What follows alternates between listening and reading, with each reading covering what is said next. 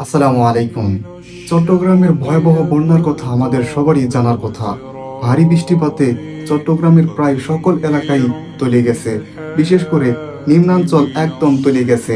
আমি সর্বশেষ একটা নিউজ দেখলাম, যে নিউজে দেখা যাচ্ছে সর্বশেষ তথ্য মতে এই ভারী বর্ষণ এবং বন্যায় প্রায় 32 জন মানুষের মতো মারা গেছে।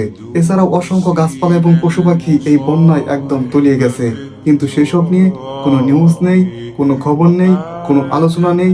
সব আলোচনা যেন ফুটবলকে কেন্দ্র করে। অথচ আমরা সিলেটের বন্যায় ভিন্ন রূপ দেখেছিলাম, ফেনীর বন্যায় ভিন্ন চিত্র দেখেছিলাম। সেটা দেশের মানুষের, সরকারের কিংবা অন্যান্য রাজনৈতিক দলের সবারই দেখেছিলাম। কিন্তু এইখানে সেরকম ভাবে তাদের কোনো কর্ণপাত নেই, কোনো ফাউন্ডেশনের কোনো কর্ণপাত নেই, কিংবা সাধারণ মানুষের তো নেই। আসলে দিন শেষে আমরা এটাই প্রমাণ করি, আমরা সবাই স্বার্থপর। আমরা নিজের স্বার্থ ছাড়া কোনো কিছু যে করি না, কোনো দিকে যে যাই না, সেটা আমরা নিজেদের কাজের মাধ্যমে প্রমাণ করে দিই। সেটা আপনাদের ক্ষেত্রেও আমাদের ক্ষেত্রেও। কোনো নিউজ যদি ভাইরাল হয় সেইখানে আমরা যাই।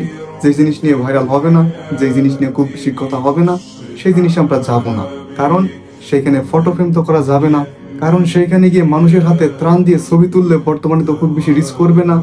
বর্তমানে রিস্ক করবে এআই দিয়ে ছবি করে, সেই আর্জেন্টিনার জার্সি পরে কিংবা ব্রাজিলের জার্সি পরে যদি আমি ফেসবুকে ছবি দেই, সেগুলো বর্তমানে রিস্ক করতেছে। কারণ আমরা দেখছি সেজন্য সেগুলো রিস্ক করতেছে। সোজা হিসাব, 32 জন মানুষ মারা গেছে, চিন্তা করা যায়। অথচ আমাদের কারোরই কোনো কর্ণপাত নেই। আমরা আছি এই আর্জেন্টিনা কিংবা ব্রাজিলের খেলা নিয়ে। আফসোস সত্যি আমাদের নিজেদেরকে নিজেদের নিয়ে।